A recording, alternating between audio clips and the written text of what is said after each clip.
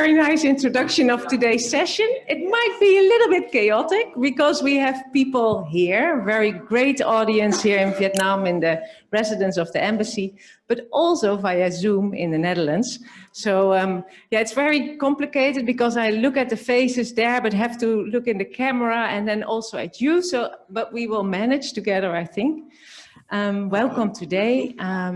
Yeah, we have a super interesting topic about female women entrepreneurship, super important. And yeah, I first want to give the floor to Elsbeth, who has initiated this session, this event, and who is personally also very much involved in this topic. So Elsbeth, please. Well, thank you very much, everybody. It's Friday afternoon. It's a very important topic that we are addressing, but we know, because we're all involved in entrepreneurship, in doing business, that what is at the heart, what is at the core of our success are personal relations. So I hope that everybody agrees that today and in Vietnam for our friends in The Hague and online, of course, it's quite normal that we address each other on a first name basis. If you feel that it's difficult for you, you can always address someone as Mr. or Mrs. So I would be Mrs. Elsbeth. And let's not overcomplicate things. Let's place the people at the heart of our conversation and also allow it to be a Friday afternoon.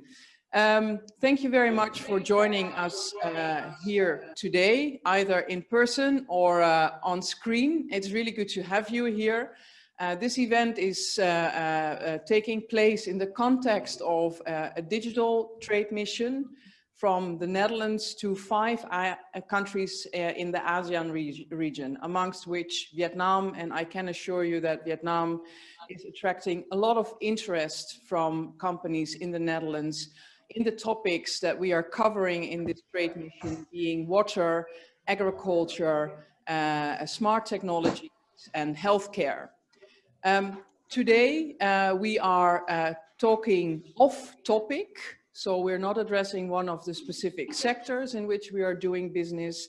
We are talking about business and gender. And we're talking about women empowerment in general terms and female entrepreneurship in more specific terms. And I'm very happy to see that whereas it is very often the case that when you talk about women or gender issues that you are surrounded by females only, but that we have a very nice gender balance in the group, both here as well as online. So thank you very much for concerning yourself and freeing yourself today and join us. So what I always say when I address groups on the topic of entrepreneurship and female empowerment in particular is that I'm very impressed by Vietnamese women who are champions in multitasking. They have a job, they have a family, they have a household that they manage. And I'm sometimes wondering, how are they managing to also have a social life? So that is something that I look towards with great appreciation, not always with envy though, because I also found out that women are not always appreciated or valued as they should be, namely in the same way as men. Is that a Vietnamese issue? No, because recently there were statistics, facts and figures also from Europe and the Netherlands in particular. And there we see also that for female entrepreneurs or working women in general, it's still hard to have the right access to education, to finance. There's still a huge finance gap or a salary gap in the Netherlands. Although we're trying to bridge that, it has not happened yet. So we're not talking about something that is specifically ongoing in Vietnam. We are talking, I guess, about a global issue. So thank you for participating there. The last thing, and then I'll wrap up, because I know that we are in a tight time slot. The second thing that I always say when talking to this type of audience, that investing in women is not only a rights thing to do. Men and women should have equal rights, but it's also a smart thing to do because from scientific research, it has been showcased many, many times that women are not only good entrepreneurs from the profit perspective, but women are also good entrepreneurs from a sustainability perspective, having more above average or above male, perhaps, attention for environmental and societal circumstances that relate to the business that they are undertaking. So, right thing to do, smart thing to do. And that's what we will be showcasing here this afternoon. We have a group of fantastic female entrepreneurs. We have a number of female leaders, officially, unofficially. We have a number of great men. I already mentioned that. And we will be talking about, well, doing business and doing business better by making sure that everybody.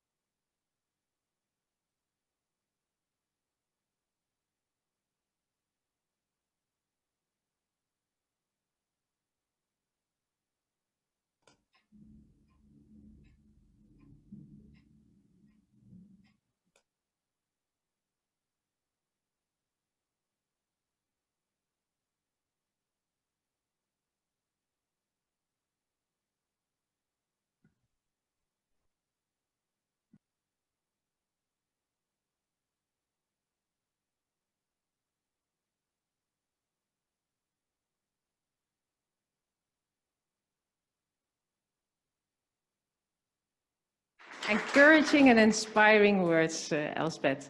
So my name is Marije Kok. Short introduction. I'm also working as businesswoman for 25 years already and now living in Vietnam for 2 years, working as consultant for sustainable business management. So that's just a little background. Yeah, now our topic, gender equality, and especially in the context of economic empowerment is hot topic. Very, very important for lots of reasons, as also Elsbeth explained before, but also personal and important topic on the agenda of the Dutch Embassy.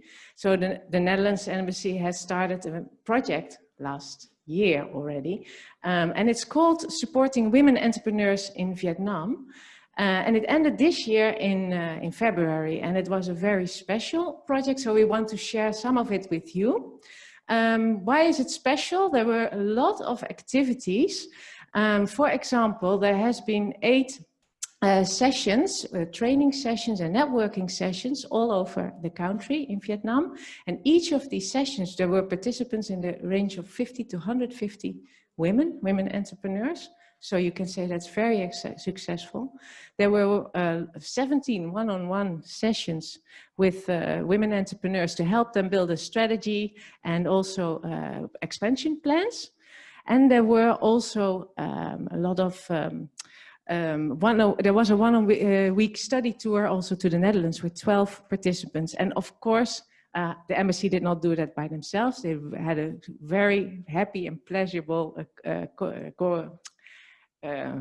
working together relationship with a lot of partners here in Vietnam. So that will also be shown in the movie. Because the movie also shows us a lot of inspirational stories, so we think it's a nice kickoff of today's session. And maybe look around, because some of the people online or here in this room also participate in the movie. Please go ahead.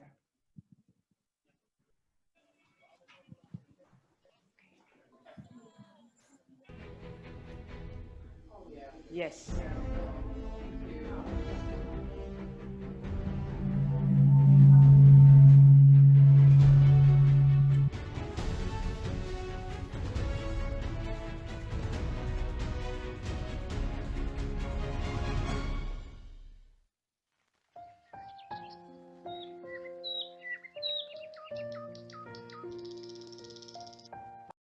Tôi sinh ra và lớn lên tại một miền quê nghèo Hà Tĩnh. Chính cái nghèo đã ăn sâu vào tâm trí của những người con miền Trung như chúng tôi, để cho chúng tôi luôn ý thức được rằng nếu mình không tự vươn lên, mình không thể thoát khỏi cái nghèo, mình không thể đứng lên bằng cái nỗ lực của mình được. Và cứ thế cái năm tháng đó đã nuôi dưỡng tôi trở nên mạnh mẽ hơn, lì lợm hơn và can đảm hơn. Đối với bản thân tôi thì cái đam mê kinh doanh là một cái thứ đam mê nó luôn chảy trong huyết quản của tôi. Và từ khi tôi còn là một cô bé học sinh lớp 3, tôi đã biết mang kẹo vào trường bán cho các bạn cùng lớp và tôi kiếm lời mỗi gói kẹo là 500 đồng.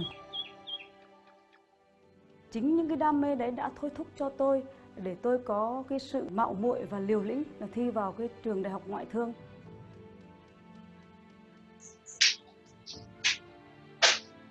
Tuổi thơ tôi là trên những cánh đồng, trên những vườn cây. Và khi mà tôi được lên núi tôi gặp rất nhiều vườn hoa hồi, những cái đồi quế của dân bản người ta trồng. Và tôi có ý định là tôi muốn là tại sao mình không đưa sản phẩm của đất nước mình, cái sản phẩm mà có ưu trội như thế để mình giới thiệu ra thế giới. Cái hạt gạo là giống như là quốc hồn của những vùng đồng bằng Nam Bộ. Tôi đã sinh sống ở đó từ nhỏ nên thành ra là tôi rất đam mê. Hồi nhỏ tôi đã đi ra ngoài tôi cũng chơi, rồi khi lớn lên mình thấy được tại sao cái hạt lúa này của nước Việt Nam mình có thể đi ra thế giới. Đam mê từ nhỏ nên là thành ra là khi lớn lên là tôi cũng định hướng được là tôi sẽ làm cái nghề lúa gạo. Cái ngành chè của gia đình mà ba mẹ mình muốn là giữ lại nó. Mẹ mình yêu ngành chè đến mức độ là bả bệnh mà bả nghe cây chè hay cây trà về là bả hết bệnh và bả nhảy xuống bả làm. Thì mình người làm con, mình biết là mình kinh doanh, trước đó tụi chị kinh doanh về du lịch và xây dựng. Nhưng mà mình thấy người mẹ mình quá muốn mình phải theo cái gia đình truyền thống để giữ lại nó. Thì thật sự là mình theo mình vì lúc đó mình không phải theo vì đồng tiền, mà mình theo vì cái sự đam mê của người mẹ truyền cảm hứng cho mình. Và mình muốn giữ cái nghề này cho gia đình.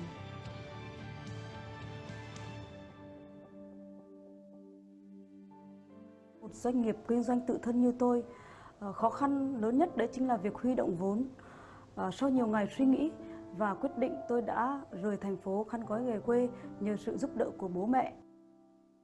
Sau khi chia sẻ ý tưởng về việc mở công ty và phát triển ngành hàng nông sản ra thế giới, bố mẹ tôi nhìn tôi với ánh nhìn ái ngại và bảo tôi rằng thôi tốt nhất trong giai đoạn này con nên đi tìm công việc ổn định, làm công ăn lương, bởi vì kinh doanh nó có rất nhiều rủi ro, rất nhiều cạm bẫy, đặc biệt là ngành hàng xuất nhập khẩu thì nó có nhiều những tiềm ẩn nguy cơ, đặc biệt là cái việc mà không thu hồi được nguồn vốn. Tuy nhiên tôi là một đứa khá là lì lợm và khá là quyết liệt. Mặc dù bố mẹ đã khuyên là không nên mở công ty nhưng tôi vẫn không từ bỏ ý định của mình. Tôi đã chào từ biệt bố mẹ lên thành phố để theo đuổi giấc mơ của mình với một cái nguồn vốn 1.000 đô mà bố mẹ tôi đã hỗ trợ.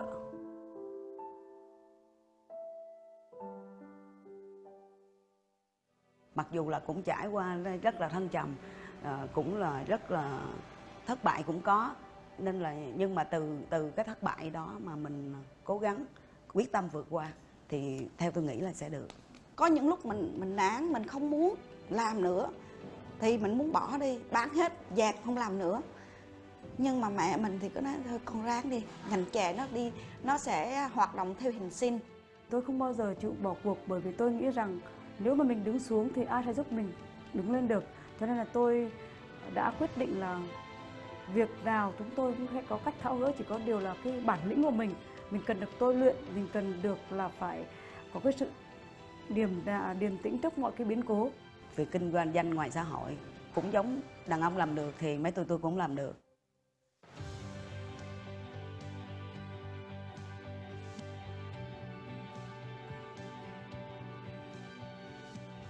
Có thể nói là khi mà việc mà tôi đã gia nhập vào Hiệp hội Doanh nhân nữ, đấy là một cái bước ngoặt lớn trong cái mà thay đổi cái cơ cấu đối với doanh nghiệp của tôi.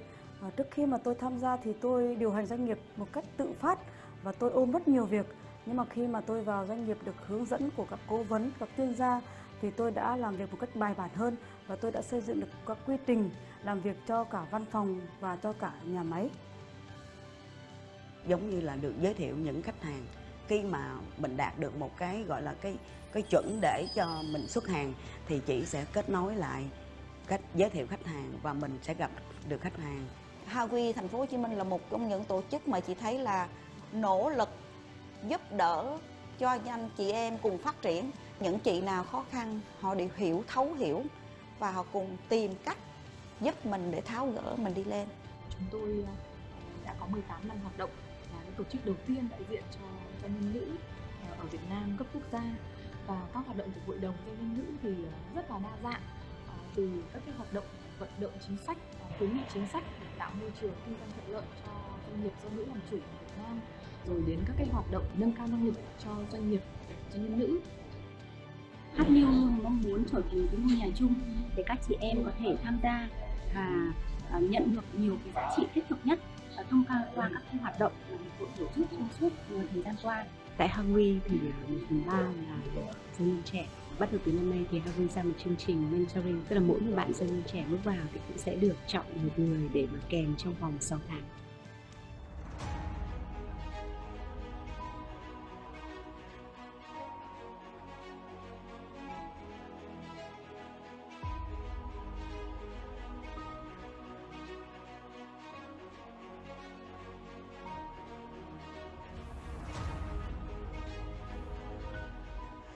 Women are half of the world's population, and it's a fact that women in business are generally successful and that they have a good eye for sustainability. So investing in women entrepreneurship is not only the right thing to do, it's also the smart thing to do. It's a business case in itself. And for that reason, we invested in the project supporting women entrepreneurs in Vietnam. I hope that this project and all women and men involved in it will be an inspiration and a basis for more and better business.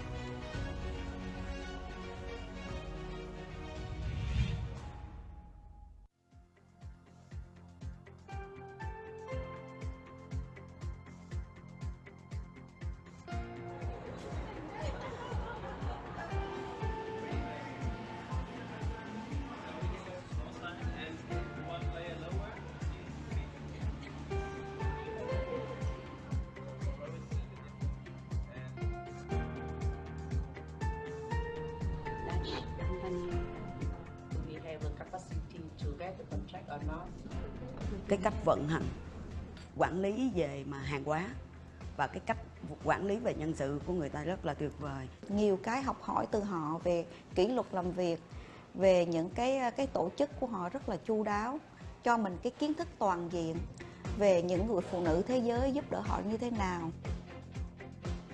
Chúng tôi cũng có cơ hội được gặp gỡ rất là nhiều tổ chức, hiệp hội và mạng lưới của doanh nghiệp tại Hà Lan. We have been doing this for 42 years. We support small and mid-sized enterprises in developing countries and emerging markets.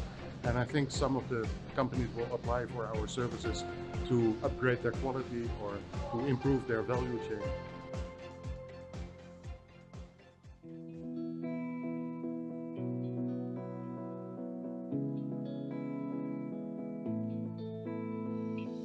Phụ nữ có rất nhiều tiềm năng nhưng chưa được bộc lộ hết. Theo ước tính, nếu chúng ta có thể thúc đẩy hơn nữa bình đẳng giới thì GDP toàn cầu có thể tăng thêm 22.000 tỷ đô la vào năm 2025. Các doanh nghiệp do phụ nữ làm chủ thường thuê nhiều lao động nữa hơn, chi trả bảo hiểm xã hội tốt hơn. Chúng tôi tin rằng khi phụ nữ thành công, tất cả chúng ta đều thành công.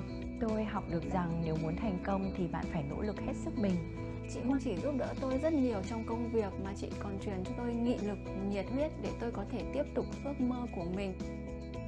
Men and women are equally fit to participate in society. Your talent, your knowledge, and your experience should determine your career, your role, and your responsibilities, not your gender. Trade and gender equality are two important cornerstones for sustainable development, job creation, and economic growth. This goes for the Netherlands, for Vietnam, and all other countries in the world.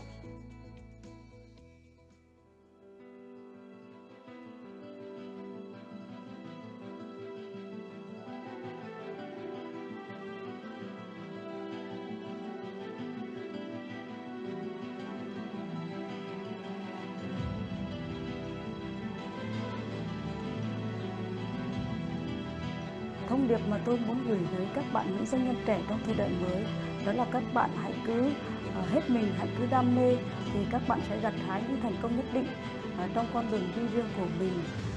Hãy cứ đi và các bạn sẽ tới đích. Tôi khuyên những phụ nữ muốn giống như khởi nghiệp thì hãy có một cái ý chí gọi là dám nghĩ, dám đề xuất và dám đứng lên khi mình ngã. Mình dám đứng lên làm lại từ đầu. Thì tôi nghĩ thế nào cũng thành công. Hãy cố gắng những cái mà mình mong muốn, cố gắng làm hết sức là mình sẽ đạt được điều đó. Đơn giản vậy thôi. Your talent and drive are the most important elements to form your personal and professional life. Never let your gender be a reason not to be a leader in business, society, or in the government. Would you be able to reach your ambition? Use your influence and network to give back and help other women reach theirs. Be an example, a role model, a coach, and use your potential to unlock their potential and together build a real sustainable and inclusive future for all.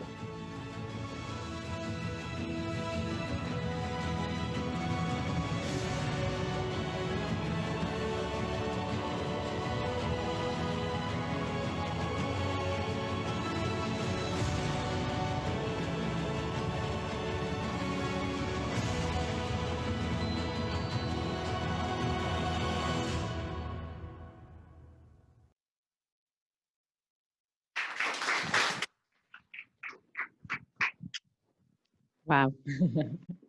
Yeah, it's very special to see this and also to recognize indeed a lot of you. Also a special welcome to three ladies, Miss Mai, Miss Minh Thuet, and Miss Anh Thuet. I think it's Miss Mai. Yeah, there you are. I was looking for you. Great to have you here. And Miss Minh Thuet and Miss Anh Thuet are joining online. I will just continue to talk. Yeah, okay. Yeah, so what an inspiration, huh? So it's good to see this, but it's even better to talk about this together. So we will now have a panel session.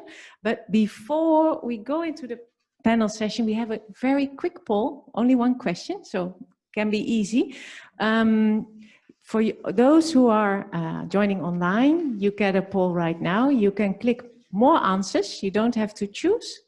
And for everybody here, please use your paper and pen, and then some people will come to collect the outcomes. Tam will be coming.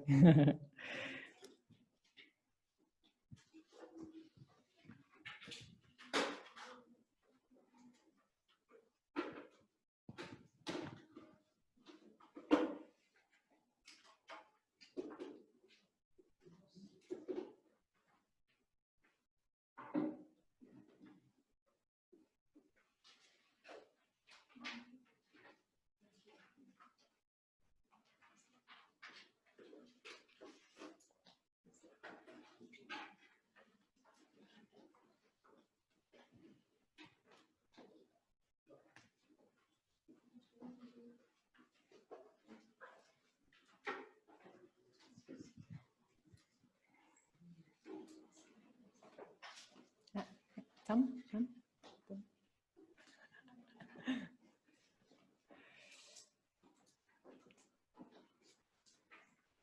Yeah, so almost all polls are collected. Then I would like to continue with getting inviting our panelists to the stage. Yeah, we're very happy to have, first of all, two candidates that, or panel members that know the Vietnamese women entrepreneurs very, very well for a long time. First of all, Madame Min, I would like to invite you to the chair, to sit in a chair.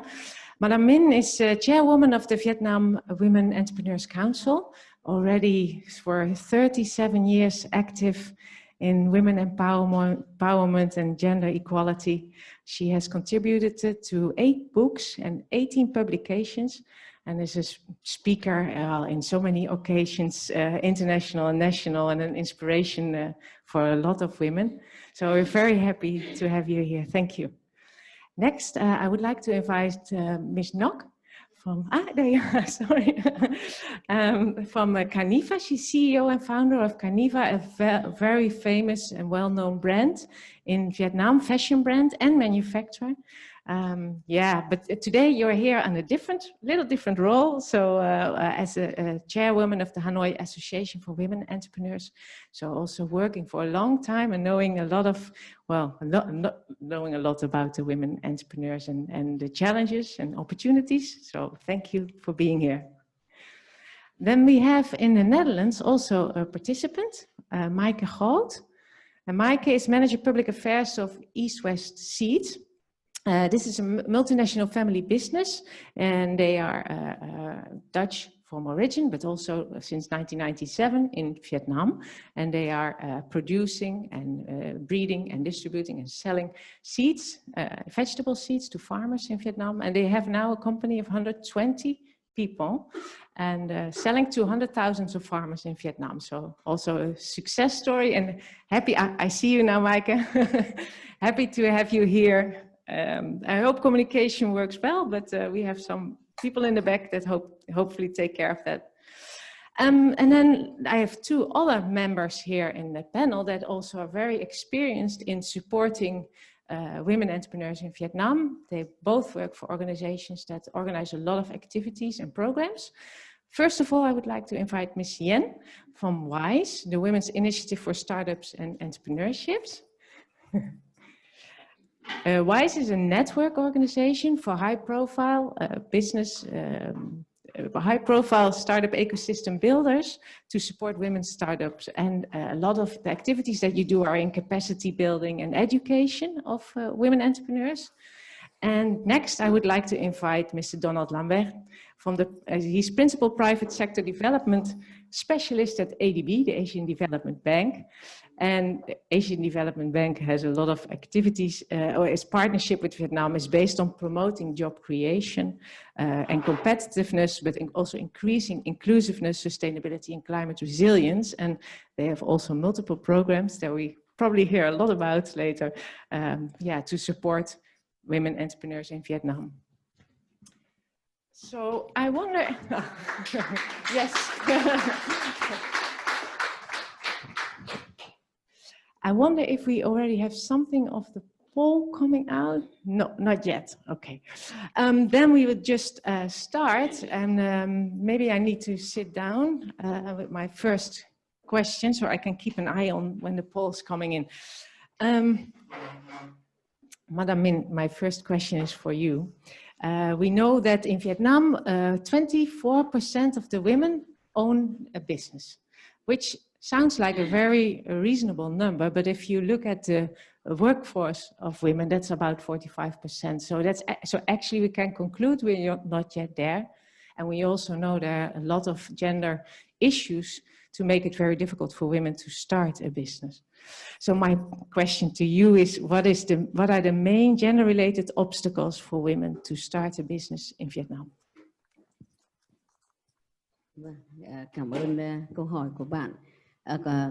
Trước khi tôi trả lời câu hỏi của tôi thì cho tôi cảm ơn ngài đại sứ, vừa là bạn của tôi, vừa là người support Hội đồng Doanh nhân nữ Việt Nam rất nhiều, và cảm ơn đối tác rất là thủy chung của tôi là anh Martin from DCEP. Vâng, được chương trình chúng tôi làm từ năm 2009 và đến tận bây giờ chương trình vẫn cứ làm với sự tài trợ của chính phủ, Bộ Ngoại giao Hà Lan và Tổ chức Giới chủ Hà Lan. Thực ra thì các bạn cũng biết rằng là Việt Nam là một trong những quốc gia mà được đánh giá về cái thúc đẩy bình đẳng giới tốt ở trong khu vực cũng như trên thế giới, với một số lượng phụ nữ tham chính rất là lớn, cũng như là phụ nữ tham gia lĩnh vực kinh tế.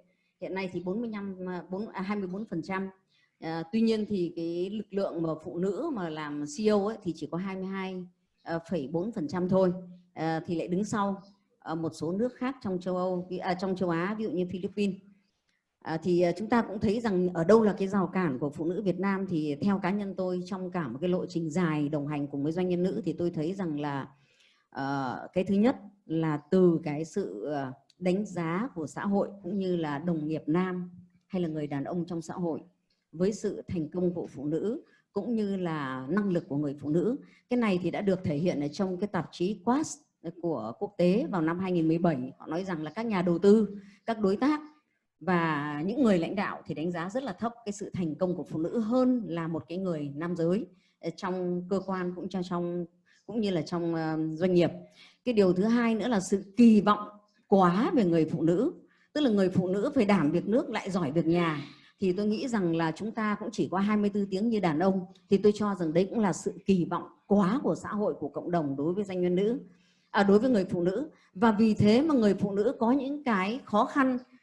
Vì hai cái thứ đó mà những cái khó khăn thách thức khác nó gần như là cái hệ lụy của hai cái khó khăn, cái thách thức ban đầu. Đó là gì? Là vì thế mà người phụ nữ cũng không được tự tin. Khi mà bị đánh giá thấp là người ta không tự tin, thiếu tự tin, thậm chí cũng không đánh giá đúng về mình. Thậm chí có những người đam mê nhưng cũng không dám thực hiện đam mê của mình. Và khi mà khởi nghiệp thì cũng rất là khó nhận được sự đồng tình của xã hội, của gia đình. Đặc biệt là khi mà lấy vốn để mà gia đình mà ra kinh doanh là rất là khó khăn. Cái điều nữa là cũng vì cái sự kỳ vọng đó cho nên phụ nữ rất là loanh quanh luẩn quẩn là phải lo gia đình, lo con cái, chăm sóc tất tần tật các thứ. Ví dụ như bố mẹ chồng ốm, bố mẹ mình ốm hay là con cái là phụ nữ cũng phải chăm. Nhưng ngoài ra lại còn phải set up cái doanh nghiệp của mình nữa. Thì cái cân bằng giữa cuộc sống công việc với lại cái cuộc sống gia đình thì rất là khó khăn. Và vì cái quỹ thời gian nó chỉ có 24 tiếng cho nên những cái hệ lụy về cái thách thức khác đó là gì? Là không thể tham gia mạng lưới được. Không thể tham gia mạng lưới, thiếu thông tin, thiếu kiến thức về các nguồn lực để tiếp cận sự hỗ trợ. Ví dụ chỗ anh Don này có rất nhiều cái chương trình hỗ trợ cho phụ nữ, hay là vừa rồi cũng có những cái gói tài trợ, nhưng mà đâu có gặp được anh Don đâu mà biết mà đến tiếp cận. Hay là chỗ chị Hiền là cả một chương trình khởi nghiệp, nhưng vì chúng tôi không có thông tin. Mà không có thông tin là gì? Là suy ra cùng ra là thiếu thời gian. Và cũng như vậy thì cái vấn đề tiếp cận với tài chính, với các nguồn lực hỗ trợ khác, từ đào tạo, từ thông tin, từ kết nối thị trường, thậm chí cũng không biết đến đại sứ quán ta để đến đây mà trong mối kinh doanh. Cho nên đấy là một số các cái thách thức, nhưng mà nó lại xuất phát, nó là hậu quả của hai cái thách thức đầu tiên. Xin cảm ơn. Thank you very much.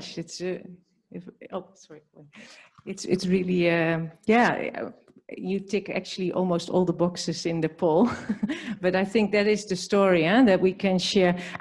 I wonder, Ms. Nock, as you know also so many women entrepreneurs, what is your idea on what women really need in order to establish, maintain and develop their business?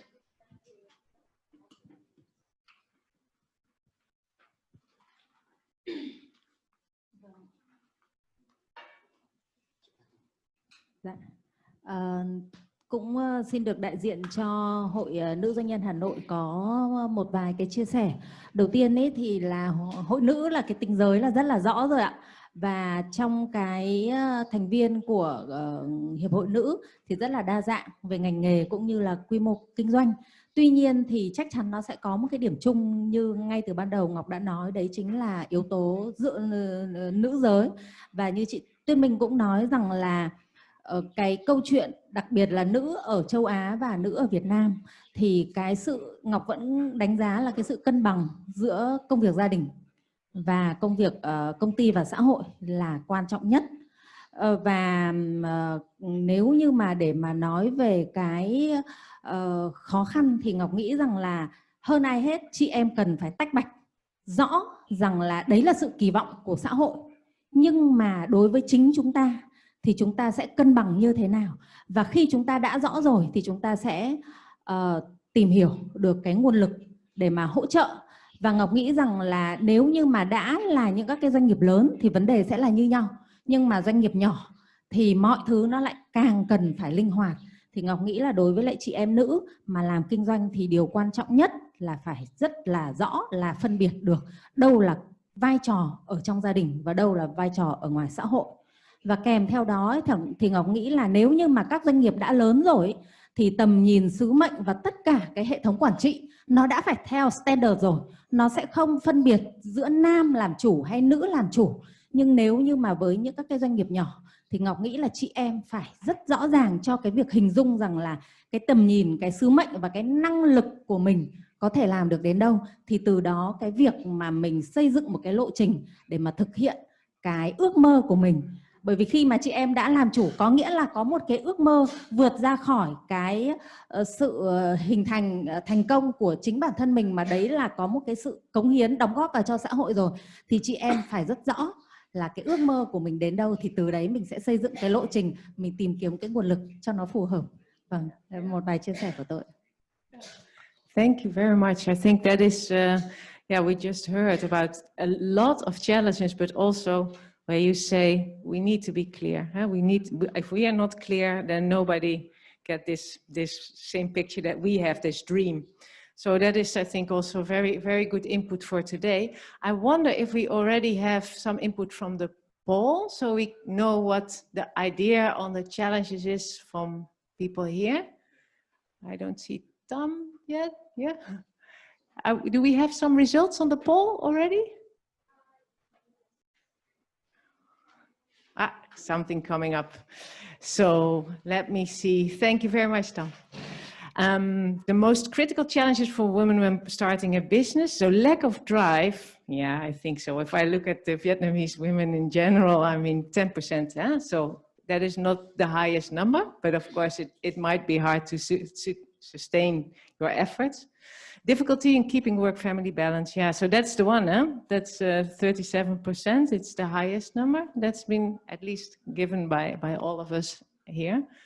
Limited access to finance, 29%. So that's also good input, I think, for you. And education, 24%. So it's very interesting that the work, family balance, lack of support from society is highest, then finance, then education, and then the drive. So I think that is, oh, sorry, that didn't work. Okay, so we only have the people here in the poll. Yeah. Okay, so yeah, I think if we hear this, I don't know if Maaike, because you're in the Netherlands, learning this, what the inputs are here mainly in Vietnam, do you recognize any of this? Do you feel that Dutch women have the same challenges? What I've seen on my trips to Vietnam is that Vietnamese women are very strong, and I've seen very strong Vietnamese business women. Actually, I was impressed by the level comparing to what I see in the Netherlands. I think it's wonderful that we are trying to support Vietnamese business women networks, but I think we have some work to do on our side as well. As Sigrid Kaag says, our Minister of Foreign Affairs, 3/4 of companies in the Netherlands do not have women in their board of directors. About half of the women in the Netherlands cannot even stand on their own feet financially. We do see now that about 1/3 of companies, businesses is run by women, but still they have trouble finding investors, finance the business, and also they are not so visible in general. They usually do not rank in the list of successful entrepreneurs. So we still have a lot of things to do here. In terms of investments, some opportunities have arisen. There are now investment funds who are aiming specifically at women, targeting to have at least 1/3 of their venture capital invested in women startups.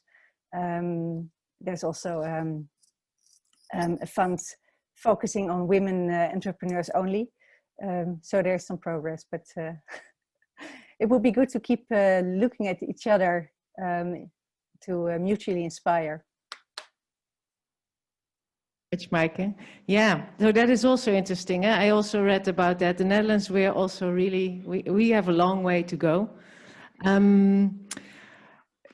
So yeah, then maybe start with number two on the list, the access to finance.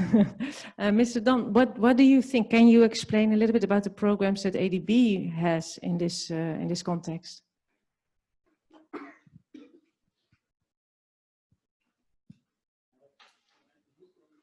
Maybe before I talk about ADB programs in particular, I think what is perhaps more interesting is some of the policy issues around this. If I had to start anywhere, I would start on data. Because an ADB program, is it better now? Yes? An ADB program, regardless of how good or well structured it is a short-term solution. And so we really need to think about how do we make access to finance for women sustainable. And it has to be through the formal financial sector, and particularly the banks where the overwhelming amount of loan assets reside. So then how do you get the banks interested in this sector? And you really have to make the business case.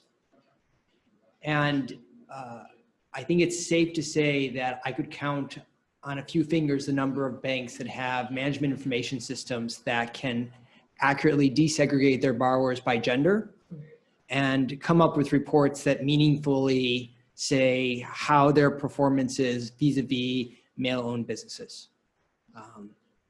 It's a real deficiency in this market.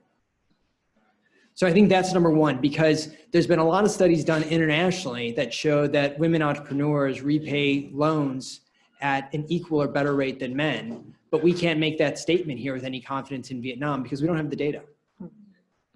Okay, so let's take it up a level from the banks and let's think about what are we doing at the regulator level, right? And again, there isn't the regulatory framework that's going to push the banks to disaggregate this data and to report it back to the central bank. And then we can come back one more level when we collect the census data and we do industry surveys. Again, it isn't broken down by gender.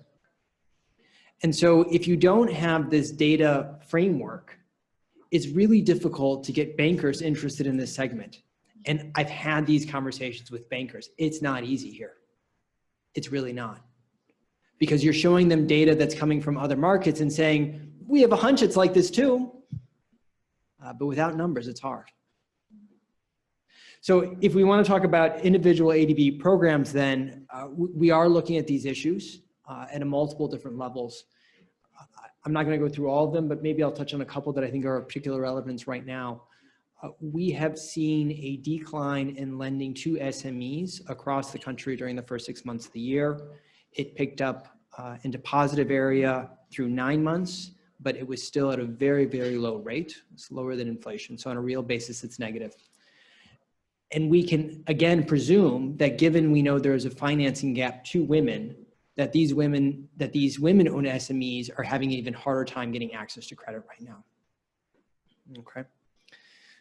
So one policy intervention that ADB is supporting and that's being used in other markets is providing banks with a small bonus or incentive for issuing new loans to women entrepreneurs. That is a way to make it financially interesting for them by adjusting the risk-adjusted returns. The other thing that we're supporting right now in the context of COVID is with a grant from the Women Entrepreneurs Finance Initiative, which in part is funded by the Dutch.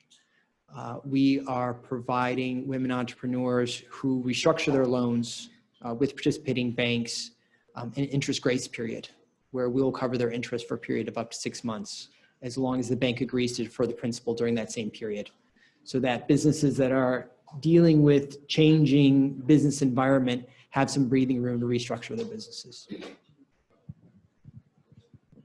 Great, thank you very much. Yeah, so it all starts also with the banks and getting these numbers. Do you think the banks are open to changing maybe their monitoring system? Some of the banks are. And the degree of change that's going to be required, there's quite a variance. So some of them, when they're getting the loan applications, aren't even checking gender, right? And so those are the banks that are going to have the farthest to go, because you really have to start with rewriting your loan application forms. The banks that have it in their system, in their management information systems and their servers, but they don't have reports designed to query for it. Mm-hmm. Those are the ones that'll be more easy to bring along. Yeah, yeah, okay, yeah. So slowly, but something's happening. Okay. Miss Yen, so from the perspective of WISE, you also work with a lot of women, especially on education and training. So what can you say on this behalf? What are the programs that, the main programs that you're running, or maybe very successful programs that you would like to share with us? Thank you. Wow, thank you very much for inviting me to share some of my insights while working with women. We are an organization working with women entrepreneurs, especially with the women startups, which is still missing before WISE. We have an organization like VWIC and HDU here who are working with established women entrepreneurs, but for startups, before WISE, we don't see an organization working with women who just founded their business and start the business. So this is like really the niche that WISE is supported in. So first, and I really couldn't agree more with Dawn about the lack of data. There are a lot of figures and data that we have to pull from international to really tell the case about the missing gap for women. And that also included training and capacity building. So while we understand that women face a lot of challenges in access to capacity building programs, lack a lot of capacity and skills, especially in business and entrepreneurship, we do not really have data on that. And that's a difficult data to collect and analyze. So for WISE, we work with different groups of women entrepreneurs from the like pretty low level of capacity women, like women in the mountains, ethnic minority women. So for them, under 7 projects, we have programs that provide training, one-on-one training in association with coaching and mentoring. So really help them to set up a business from just idea, especially in agriculture and tourism sector, which is like the more women-dominated industries. And for the startup type, for the younger, more advanced women, we also have some very tailor-made program on capacity building for them on different skills that they need in starting their business or their startups. And also we run different programs focusing on the gap in capacity for women entrepreneurs in general, especially in terms of finance and digital skills.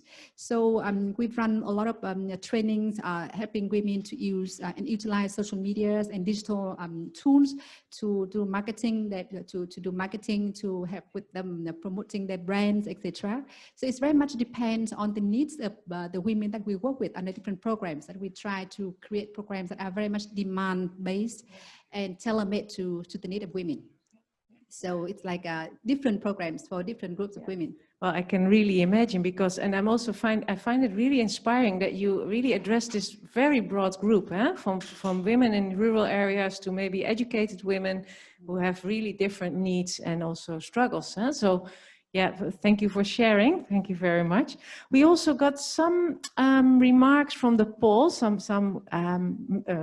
remarks that have been made. So sometimes it's also a limited connection to the right mentor, but also one that I also recognize that Maaike meant a little bit is lack of negotiation or fighting skills, or maybe show that you're out there. Do you recognize that in Vietnam as well? Yeah. We all tend to work too hard and to show off too little. That's the problem. Yeah, I see it here too. And then the perception of society towards women. So you always have to fight that as well. And then lack of awareness of gender equality. So yeah, that's a concept that maybe has to be introduced as a basic element of change. So yeah, thank you also for all these inputs. That's been really wonderful to share that here together. Yeah, we're running a little bit to the end, but of course I still want to have your words of advice from every perspective. So maybe start with Maaike, with you, from your Dutch perspective, and your experience, of course, here in Vietnam. What would be your key word of advice to Vietnamese women, an aspiring word? Thank you. I have a threefold advice. Firstly, what you already touched upon is gain confidence. Research shows that even in terms of applying for jobs or promotions, women will only apply when they fit like 60% of the job qualifications, whereas men will be happy when they fit in for 60%. So typical for modesty with women, try to rise above that and be confident. Secondly, define your brand and mission to the world, and the value that you give to society with the company that you're building. This may also help when you are struggling to find the balance between work, life, family, knowing what you do this for. And thirdly, but this is something that you are working hard on, is build networks of women. Networks are so important to inspire each other, to see role models, serve as a role model yourself for a next generation of women, and also use it as a business network. Give each other opportunities, employment, whatsoever. It helps me a lot to find my way. So good luck. Thank you. Thank you very much, Mike. Yeah, I think that is really, really good. Yeah, we also network too little, huh? In lots of cases, because we're so busy all the time. We don't have time for those things. Yeah. So thank you, Mike. Yen, Miss Yen, what would you say would be your advice for education or capacity building?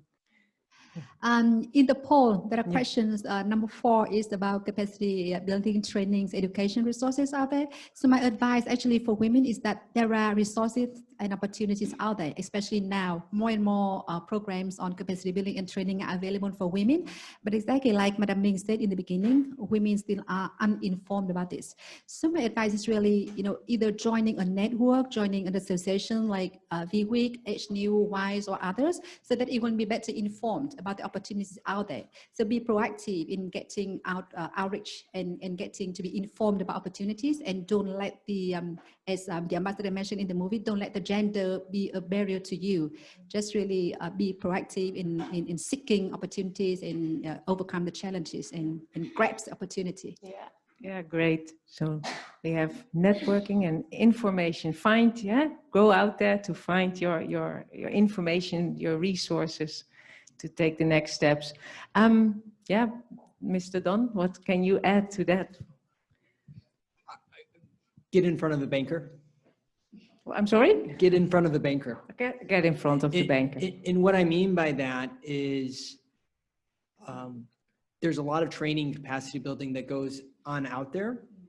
And the venues often look a lot like this, where it's a lot of small business owners and there's no banks there, right? And so there's a little bit of a disconnect between what is being presented as training and walking into your bank's office and presenting a business plan.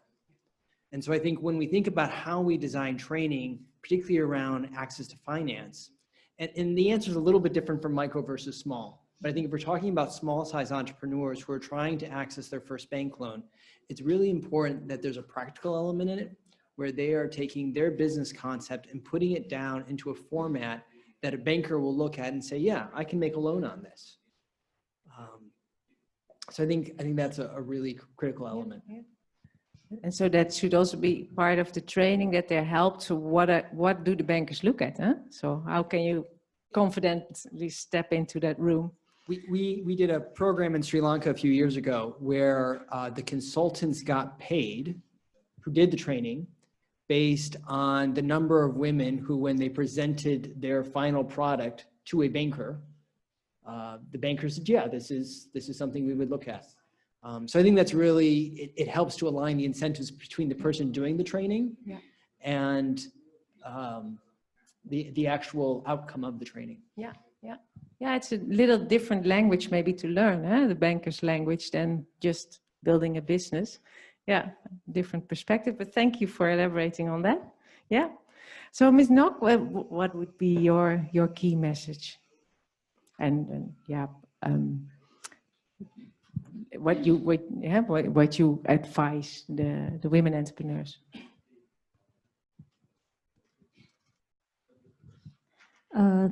Ngọc nghĩ là nó rất là giản dị thôi. Nếu như mà mình muốn làm một cái điều gì đấy thì hãy cứ làm. Tuy nhiên ấy, thì nếu như mà mình mong muốn để cái hành trình mình làm nó thêm thú vị nó bớt đi những các cái khó khăn thì mình nên chủ động tìm kiếm thông tin, và đặc biệt là nên gia nhập những các cái tổ chức hiệp hội hoặc là tổ chức hiệp hội ví dụ như Hanoi chẳng hạn, bởi vì thông qua đó thì mọi người sẽ học được những cái bài học vô cùng là thực tế từ những người đi trước. Còn Ngọc tin rằng là chắc chắn mỗi bài học thì mỗi người phải tự học lấy, nhưng mà nếu như mà mình tham gia các cái tổ chức, các cái hiệp hội rồi thì mình có thể giảm bớt đi những các cái rủi ro. Chỉ giản dị như thế thôi ạ. Yeah. Wow, yeah, I think you're so right. That is again a very good advice. So proactive, active, go out there, find your resources. That is the most important lesson that I learned from you here today. Madam Min, maybe for listening to all this good advice, how do you foresee the future of women entrepreneurs in Vietnam?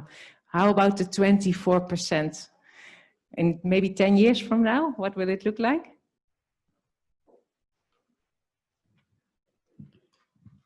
Tôi thì tôi thấy là tôi chỉ thêm một chút, có lẽ cũng đồng quan điểm với ba người bạn của tôi ở đây, nhưng tôi thêm một chút, có thể nhấn mạnh hơn một chút, là phụ nữ Việt Nam nói chung hãy cố gắng vượt qua cái nỗi sợ hãi của chính mình, cần một cái chữ dám trong mọi thứ, triển khai các hoạt động của mình.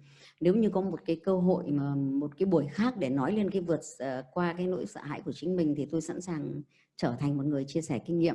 Bởi vì tôi cũng được học ở một số các chương trình, thì đặc biệt là các cái trắc nghiệm ấy của Đức với lại của Hà Lan thì đều chỉ ra tôi là người hướng nội và đều chỉ ra là tôi là người rất tự ti.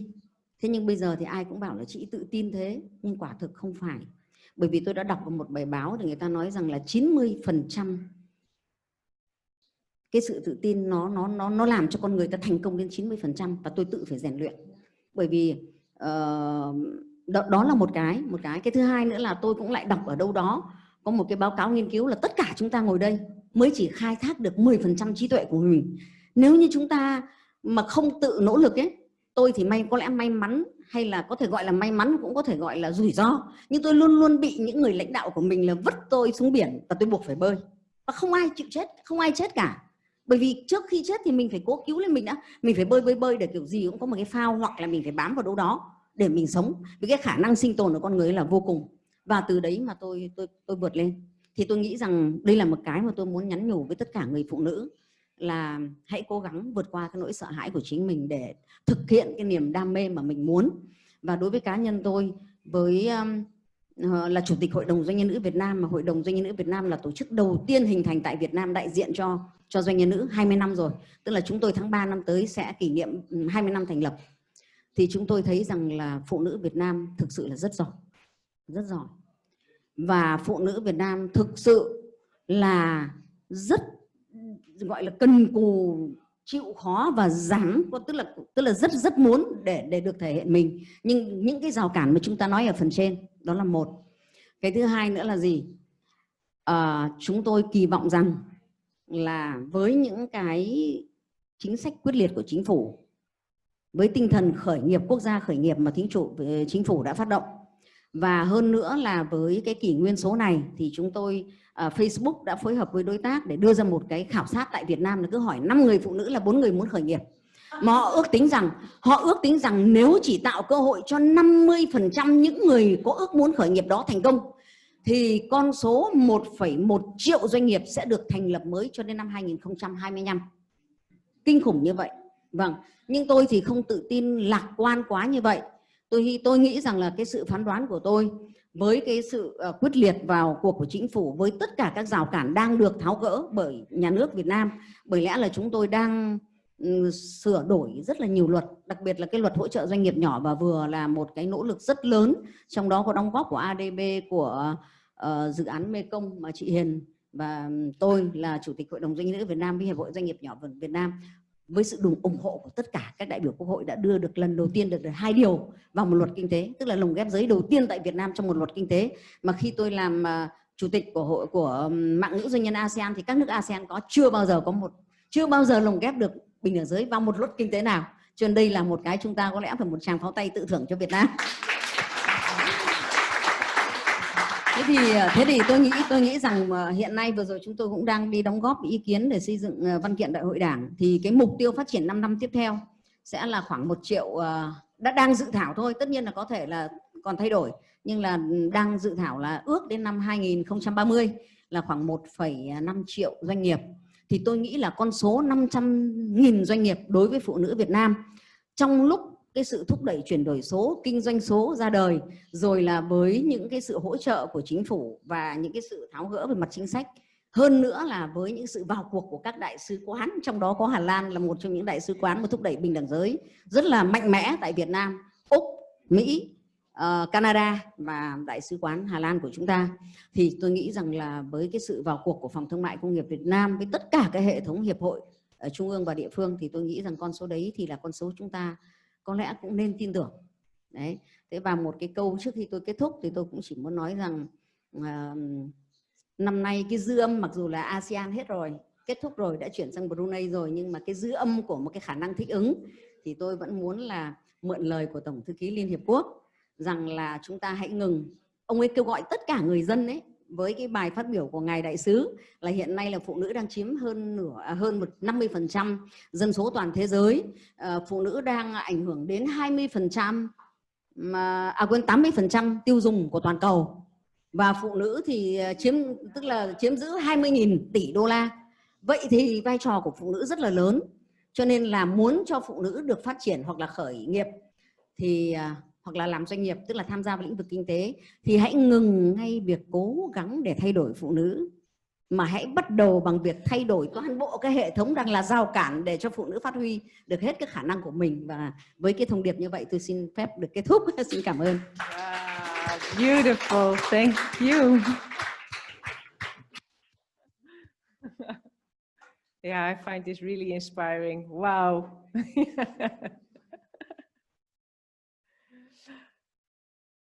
Yeah. So we have heard a lot, and yeah, thank you again for your words.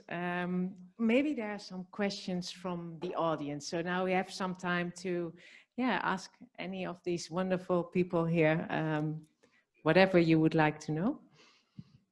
Yeah, go ahead.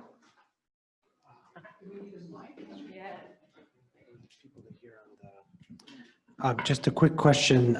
Peter Loach with SNV, and many of you are members of an association of entrepreneurs in Vietnam that's women focused, which is, of course, has a great value. But I'm curious, what do you also do to get into the men's club of business entrepreneurs so that you can do business with them as well?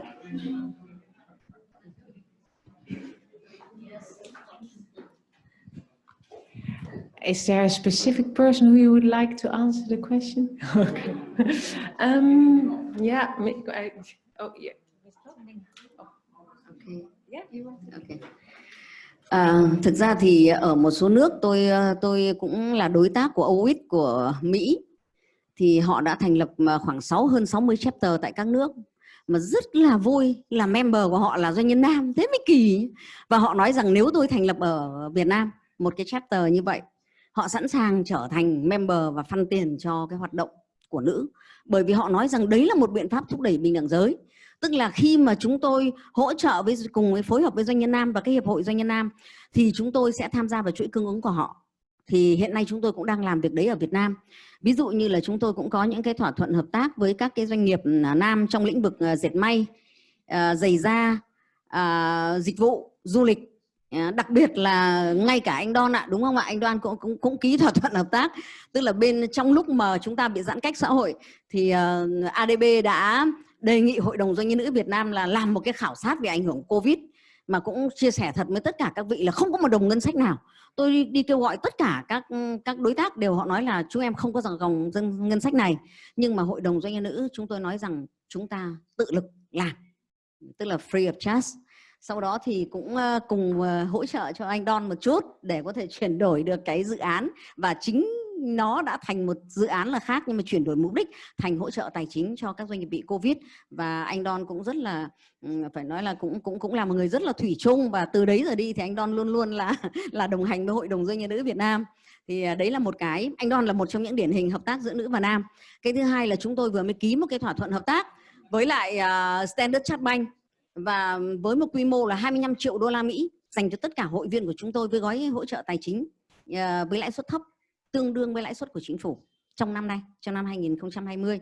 Và Hiệp hội Hội đồng Doanh nhân Gia đình Việt Nam là một hội đồng doanh nhân rất là lớn, có các doanh nhân nam, thì chúng tôi hiện nay cũng phối hợp. Bên cạnh đó thì chúng tôi cũng phối hợp với lại Hội nữ trí thức để chuyển giao công nghệ, các công nghệ ứng dụng của các nhà khoa học cho các doanh nghiệp của Việt Nam. Và đặc biệt gần đây nhất thì Hội đồng Doanh nhân nữ Việt Nam có ký với lại USABC, Hội đồng Kinh doanh ASEAN Hoa Kỳ, và một số hội viên của họ để hỗ trợ cho doanh nhân nữ của chúng tôi tham gia vào chuỗi cung ứng toàn cầu. Thì vừa rồi chúng tôi đang tổ chức một cái sự kiện rất lớn, đã xong rồi tuần trước tại khách sạn Rex ở Hồ Chí Minh, và tháng 1 này hoặc tháng 12 này chúng tôi sẽ làm một cái ở Việt Nam, quên, ở Hà Nội. Thì đấy là những cái chúng tôi rất là kỳ vọng là SNV, bởi vì SNV là một tổ chức làm về bình đẳng giới rất lớn, mà không hiểu sao lâu lắm rồi lại không phối hợp với VCCI và các hiệp hội của chúng tôi ở đây. Vâng. Vâng, đại diện cho Hanoi xin có ý kiến ạ, bởi vì tôi cũng ngạc nhiên là ở Việt Nam không có hiệp hội doanh nhân nam, nhưng mà ở Việt Nam thì có hiệp hội doanh nhân, nhưng mà ở trong đó thì đã bao gồm cả nam và nữ. Và cụ thể thì tôi là chủ tịch của Hội Nữ Hà Nội, nhưng mà cũng đồng thời là phó chủ tịch của Hội Doanh nhân Nam Hà Nội. Cho nên là chúng tôi đã gọi là ở Việt Nam gọi là du kích ấy, là nằm vùng ở trong doanh nhân nam rồi ạ. Và vẫn có những cái sự hợp tác rất là rõ ràng. Và tôi nghĩ rằng là khi mà Hiệp hội Nữ là có cái tính giới và độc lập như vậy, thì các anh cũng suy nghĩ xem biết đâu mấy bữa nữa lại có Hiệp hội Doanh nhân Nam. Just a quick answer for the question. In the startup space, for example, WISE is a part of the ecosystem. And for the ecosystem for startups, there are both men and women. So as WISE, we work with women startups, but we are also part of the ecosystem, and we try to promote, to try to reduce the prejudice or social bias against women by showing the business case that having a woman founder in the startup team, it will perform much better. And international data actually have proven that. So we've also shared with the investors about the bias that investors always have against women founders, and that also limit the access to finance, access to investment of women founders. So by working as part of the ecosystem, we try to iron out the gap in terms of the acknowledgement towards the women founders versus men founders. That's the first thing. The second thing is that besides entrepreneurship related projects, we are also implementing a project on gender equality promotion, recently launched by and supported by Australian government. So with this campaign, now we are focusing on men rather than on women, because previously and traditionally gender equality movement and campaign are led and targeted to women. So like a group of women sit together and talk about gender equality without the involvement of men. But this time with the campaign that WISE is now leading, we are targeting on men, especially the young urban millennials, to show them that gender equality benefits both men and women, not just women. We try to reduce the risks and the fear of men that by having gender equality, they are losing their power. Instead, we are showing that it will also reduce a lot of pressure on them. And the gender inequality actually have a negative impact on men as well. So by those things, we are trying to engage men with our activities, both on gender equality in general and entrepreneurship in particular. So by that, we don't eliminate men. We are not working just with women. Actually, we try to engage both in our work. Do you think Vietnamese men are open to that? So Yeah, I think that you haven't really started, you haven't been really part of the campaign, but you can see that there will be a lot of benefits, like we can show gender equality can have impact on you. You know, as long as, very simple, if your wife is happy, then you will be happy. If she's not happy, then you can't be totally happy. Yeah. Yeah, you sometimes have to make it simple, too. Maybe Don, do you want to add something? Okay, you're good. I have a specific. Sorry, no, I have one question then maybe for you that I received via Zoom. Is there since there's no gender data in the financial sector, what impedes the financial sector to give them access and giving priority to male-run businesses? So I don't, if I've understood the question correctly, I think you're probably looking at a lot of implicit biases, particularly in the loan granting process. There is data on this that supports that women have a much harder time accessing credit when you look at comparable business statistics than their male colleagues. And you know, I don't talk to individual loan officers, but when I speak to bank management, you get the sense that they don't think there's a problem. And that's usually the #1 indication that there's a problem. It's also, I think, what Ms. Nock also said, we have to make things clear to understand what's going on, but also the beneficials. But maybe that's a little bit the same. It can also be threatening to know that, to have that information, because then maybe action needs to be taken or things need to be changed. And maybe just one other point on this. I've had a couple senior women recently say things along the lines of, you know, can we change the language on this? And then you kind of dig a little bit. And then what you realize is they themselves are a bit self-conscious about seeing to push the gender issue because they're afraid it'll come back to them as, well, she's a woman and she's pushing this agenda. Yes, I recognize that. Yeah, yeah. Any other? Yeah, Henk Jan.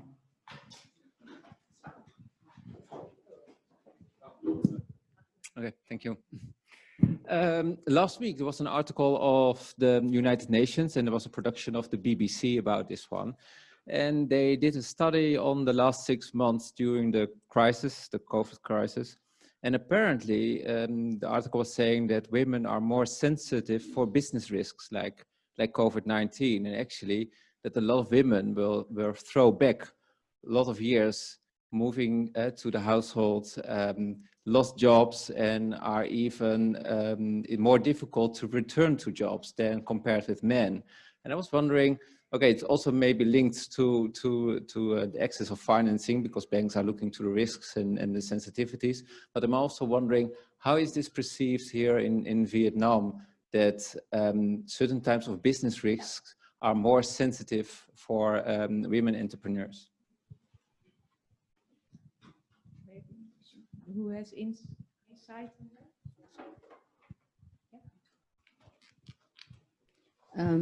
Không chỉ là bài báo ở Việt Nam mà một số ở Mỹ mà một số bài báo cũng phân tích là phụ nữ bị ảnh hưởng rất là nhiều qua Covid. Thứ nhất là bởi vì trong các cái lĩnh vực bị ảnh hưởng lớn nhất thì phụ nữ đều làm chủ. Phụ nữ lại trọng tâm nhất là ví dụ như lĩnh vực dịch vụ, làm đẹp, đào tạo, du lịch, khách sạn, dệt may là bị ảnh hưởng. Mà bởi vì là Covid thì những cái ngành đấy là bị ảnh hưởng nhiều nhất. Đó là cái thứ nhất, cho nên là một cái mảng bị ảnh hưởng. Cái thứ hai nữa là khi mà bị giãn cách xã hội thì phụ nữ ở nhà và chăm sóc con cái. Cái thứ ba là bởi vì ở nhà không những chỉ nam và nữ đâu ạ. Một cái báo cáo của ASEAN còn đưa ra là bạo hành gia đình. Và cái tỷ lệ người phụ nữ đến nhà tạm lánh hoặc là điện thoại đến đường dây nóng là rất là nhiều. Đó. Thế thì hiện nay á, ở Việt Nam thì chúng tôi thấy rằng là rất là tốt là bởi vì cái tức là với cái văn hóa của người Việt Nam thì cái sức chịu đựng của Việt Nam, của phụ nữ Việt Nam dường như là bền bỉ hơn. Thứ hai là chúng tôi cũng biến những cái mà Thủ tướng chúng tôi vẫn nói là biến cái thách thức thành cơ hội đó, tức là tìm cơ hội trong thách thức. Thì ở đó thì rất nhiều các doanh nghiệp gọi là ra đời trong cái kỷ nguyên số, tức là họ bắt đầu bán hàng online, họ sử dụng các dịch vụ shipper, rồi họ chơi với con cái trong gia đình, rồi họ nhìn nhận lại gia đình, họ sắp xếp như tôi cũng thế. Tôi bên cạnh cái việc làm báo cáo cho anh Don thì tôi lại sắp xếp lại, tôi dọn từ trên tầng 5 xuống đến tầng 1. Đó, dọn dẹp gia đình để giải phóng cái năng lượng để mình không bị stress đó. Rồi thì chơi bời và với con cái. Thế thì khi mà người phụ nữ mà chăm sóc con cái thì bắt đầu họ nhận diện được là cái lỗ hổng nào trong gia đình và họ đầy lắp lại, và họ cũng từ đó họ suy diễn ra cái lỗ hổng trong doanh nghiệp, họ phải tái cấu trúc lại như thế nào, đào tạo lại nhân viên ra làm sao, và họ chuyển đổi cái thị trường, cơ cấu lại cả các khoản đầu tư. Và vì vậy mà phụ nữ Việt Nam thì đúng là cái chưa có một cái báo cáo chính thức nào để đánh giá, nhưng mà dường như là cái tỷ lệ bị ảnh hưởng hay là trái tim của người mẹ nữa, cho nên là cái tỷ lệ mà sa thải lao động ít hơn. Đó. Thì cái đấy là báo cáo chính thức thì chúng tôi chưa nhận thấy được, nhưng khi chúng tôi thăm hỏi trong hội viên của mình hoặc là làm những cái survey rất là nhanh thôi, thì là tỷ lệ đó, trong survey đó có cái survey cho ADB thì là sẽ lại thấp hơn. Cái đấy là một số cái câu hỏi, còn tất nhiên các đồng nghiệp của tôi, các bạn của tôi có thể bổ sung thêm. Just a quick point to add. Actually, recently, UNESCAP and MPI did a very small-scale survey after COVID to really assess the impact of COVID on women entrepreneurs. You've read that, right? And in that, for Vietnam only, they shows that Vietnamese women are more resilient. Exactly the word that Madam Ming said, are more resilient to shocks and crises than men. So they are very quickly adapt and change, and then take the opportunity to find the niche market, for example, online business, very small online business, to sustain until the crisis passed by. So that's why I think that the UN report that you might have read might have something similar to Vietnam, but also Vietnam has pretty unique characteristic by the Vietnamese women, very resilient and innovative in a way, quickly adapt to changes. Thank you very much. Yeah, I see still, but we maybe short. No, okay. Then because we have the sorry everybody online, we have the opportunity here to have well, at least a short drink and an opportunity to talk a little bit further. So I want to actually close down with one last remark from Zoom. Yeah, it's a question, but let's make it a remark because it's really nice to share. This person has had many opportunities to work with many SMEs, both men and women entrepreneurs. And I think women entrepreneurs have many strengths, such as flexibility, open to learn, good at managing HR issues, etc. And currently many organizations have programs to support women entrepreneurship. I totally believe that maybe only in 20 or 30 years from now, number of women entrepreneurs will exceed the number of men entrepreneurs. And maybe at that time, we should have programs to support men entrepreneurs. Or am I too optimistic? So I thank you for your contribution also online.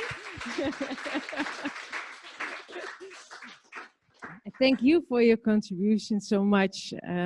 Yeah. Wonderful. We will share a little bit later. I have only one topic on the agenda before I give the word to Ambassador Ackerman, Elsbeth. But first, Miss Elsbeth. First of all, we have also some rewards and announcements, very positive announcements. For Dutch and Dutch-related companies to achieve some gender equality or overcome or really be successful in these topics. And first of all, I would like to congratulate Friesland Campina and Unilever Vietnam, who just received the UN Women 2020 Asia Pacific Women Empowerment Principles Awards in driving for gender equality in Vietnam. Friesland Campina won in the categories Gender Inclusive Workplace and Gender Responsive Marketplace, and Unilever won in the categories Gender Inclusive Workplace and Leadership Commitment. I was wondering if Mr. Y and Ms. Nhi are available and present here. Please come, you can come forward. And we have also one other congratulations that we would like in this context of today's meeting to bring forward to SNV Vietnam. They have their 25th anniversary, but also received the Merit Certificate from Vietnam Union of Friendship Organizations for their outstanding contribution to the development of Vietnam in various fields, one of which is gender equality. For example, their project Enhancing Opportunities for Women Enterprises, funded under FLOW, the Funding Leadership and Opportunities for Women framework of the Netherlands. I would like to welcome Mr. Pieter Lok.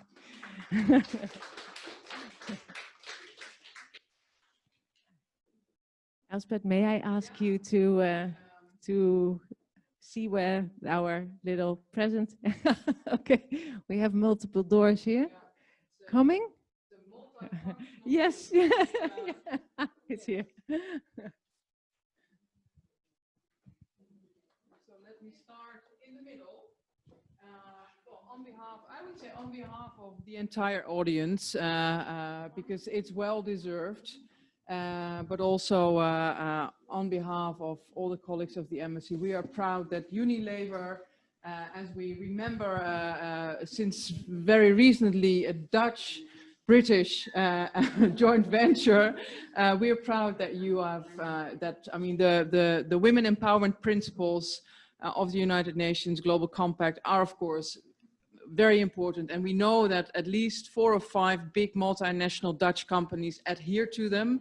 Also Heineken and Royal Haskoning, DHV that are represented here in Vietnam.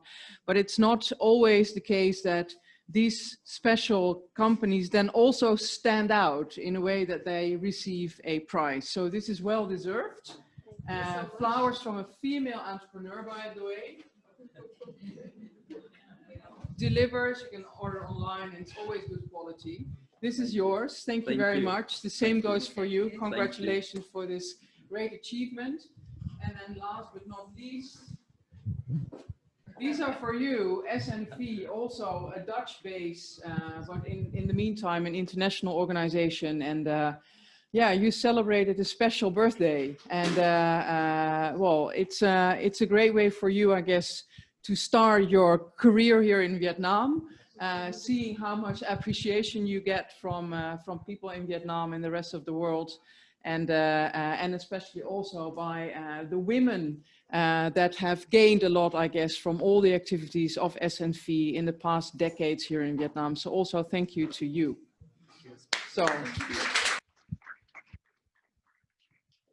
You want to close down the session? I'm going to wrap up just by saying thank you everybody in the Netherlands for, or wherever you are, for your active and online participation, and also thank you very much for your comments that that really helped us keep the dynamics in this session up and up to speed. I wish you a lovely rest of the day. In the meantime, here in Vietnam, it's sort of dark. The weekend has really begun. I would also like to thank you for your attention, for your continuous support for the cause that we are talking about here. And I really liked what was said in relation to the last question. And I think I referred to that in the beginning. Female entrepreneurship, women empowerment, it's a man and woman thing, and we need it now, and it's not as good as it can get. So let's keep investing in that, in the current generation between men and women, but let's also take on board education, education, education, because the earlier and the sooner we learn that men and women are equal and are equally talented and should have equal opportunities, the better. So thank you very much for campaigning with yourself, with us, for the cause, for the rest of the world. And may I invite you to do let's wrap up, let's say, in a very nice way, a business-like way, by doing a bit of networking in the other room. So thank you very much. Sin Kaman, and see you soon. Thank you in the Netherlands as well. Marije, of course, thank you. Translators, thank you very much. Without you, this would not have been possible. People from the technical company also, big thank you to you. This was never done in this residence, and probably will not be the last time. So thank you very much for supporting this.